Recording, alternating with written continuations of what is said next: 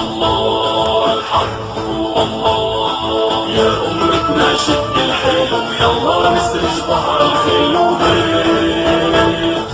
يا أمتنا شد الحيل ويلا نسرج ظهر. ارطغرل غازی 13ویں صدی کے اناتولیا ترکی کی تاریخ سے ماخوذ ایک عظیم الشان داستان ہے. ایمان، انصاف اور محبت کی روشنائی سے لکھی ایک بہادر جنگجو کی کہانی، جس نے اپنی ثابت قدمی اور جرت سے نہ صرف اپنے قبیلے بلکہ تمام عالم اسلام کی تقدیر بدل ڈالی. اووز ترکوں کے خانہ بدوش کائی قبیلے کو ایک ایسے وطن کی تلاش تھی جہاں ان کی نسلیں پروان چڑھ سکیں.